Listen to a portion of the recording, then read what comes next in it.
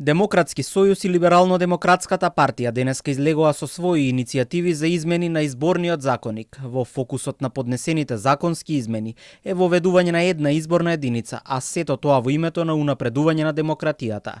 Но на маса се и други прашања поврзани со изборите, како на пример отворените листи и независните. Идејата за измени на изборниот законник и воведување на една изборна единица повторно стана актуелна минатата недела.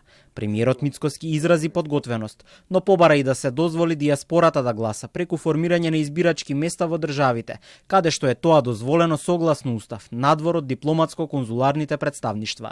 Тоа не е опфатано во нашиот предлог.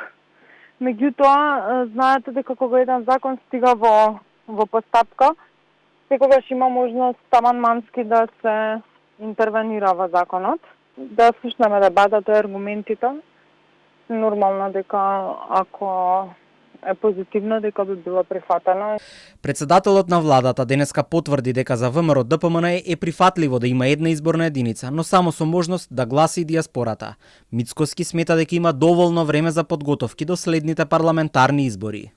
Сега до следните избори можеби локални во ред ќе се завршат сега, но следните парламентарни избори имаме неколку години, така што еве, ако на време си ја фатиме работата, можеме да ги подготвиме и дипломатско-конзуларните представништва и така натаму, така што не гледам причина зашто тоа да не се случи. Инаку немаме политичка дебата, нити пак некаква наша политичка агенда да седнеме, да разговараме, да бараме компромис, консензус и така натаму.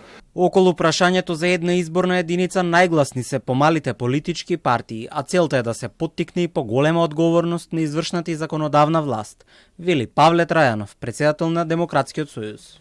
Клучно е дека помалите политички партии не треба да одат со поголеми политички партии за да обезбедат влез во парламентот. Наместо за парламентарни ја предлагаме отворени листи да имаме за следните локални избори и тоа неколку пилот општини како што е Центар, Струга, Гевгелија. Демократската унија за интеграција поддржува измени на изборниот законник. Интегративците се залагаат и за отворени листи и изборен праг од 3 до 5%.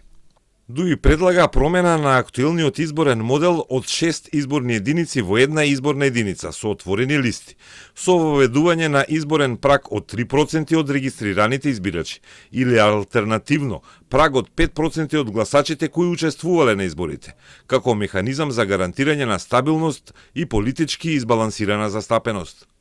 Се огласија и од партијата за движење на турците, кои побараа посебна изборна единица за помалубројните етнички заедници во земјата, за правичен и фер настап и поголема шанса за парламентарно представување.